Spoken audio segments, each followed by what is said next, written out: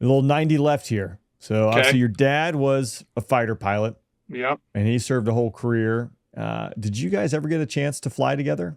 Ah, did Sluff tell you about this? Or did I tell you about You this? I think it'd Uh, be a good story. it's a great story, and it's a terrible story all at the same time.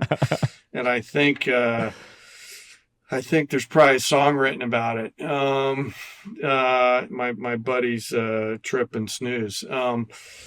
Yeah, so after I went to Syracuse, I flew A models in RTU, the small tail Block 10 A model, and then went to get checked out in the C model and came back to Syracuse. And my dad was still in the service at the time. He was the wing commander at Ramstein. And by some miracle, we both end up flying big mouth Block 30s. And so my leadership at Syracuse realized this and were kind enough to invite my dad. We were actually getting jets from Ramstein. They were converting to Block 40s. And so they were getting rid of their big mouth 30s. And many of them were coming to Syracuse.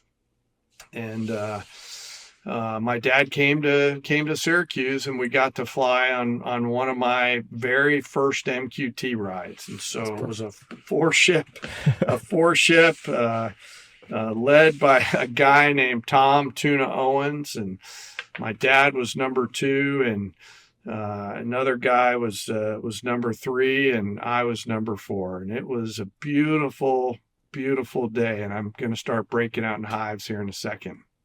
And so we get briefed up and we step out the door. My mom's there. I mean, we crank up, and our call sign is, I think, Cobra or something. And we check in, and my old man is fired up. It's awesome. We're going to do a low level ingress, this long low level across the Adirondacks to a first run attack against a dam that's highly defended. And so, we got two bag jets, Block 30s. We're not dropping anything real, but it's before targeting pods. So it's going to be a four ship attack to a reattack as required. We launch, and we're up there cruising out to the star point, man. And, flight lead, tapes on, hot mic, standby GX, in place 180 right, one's good, two's good, three, etc. And does the second G turn rain, and I look out the window, dude, on the G awareness exercise, and I don't see anybody. I have No. I have lost sight on the G awareness turn of the three other airplanes, including my dad. And so the world slows down, and I am thinking about, do I admit this? Do I not? I hold off. I hold off for a while. I'm thinking about, do I crash the airplane? Do I eject? And at the time we had air-to-air TACANs. We didn't have data links, so I'm feeling good because it still says 2, 3, and then it starts to just like that. It just starts to exponentially increase distance. And so finally I gotta freaking admit that force blind. And Tuna starts trying to talk me onto the flight. I'm frantic at this point. I'm like ACM slewable. I'm turning around the start point. I'm in burner. I'm trying to just, dear God, please let me find these guys. And I finally switch back into range wall search. The frickin' air-to-air TACANs double digits. I won't say how far. And I get a radar lock, and they're 25 miles away from me at 480 ground, going away from me. And so I have only one thing that I can do. I light the burner.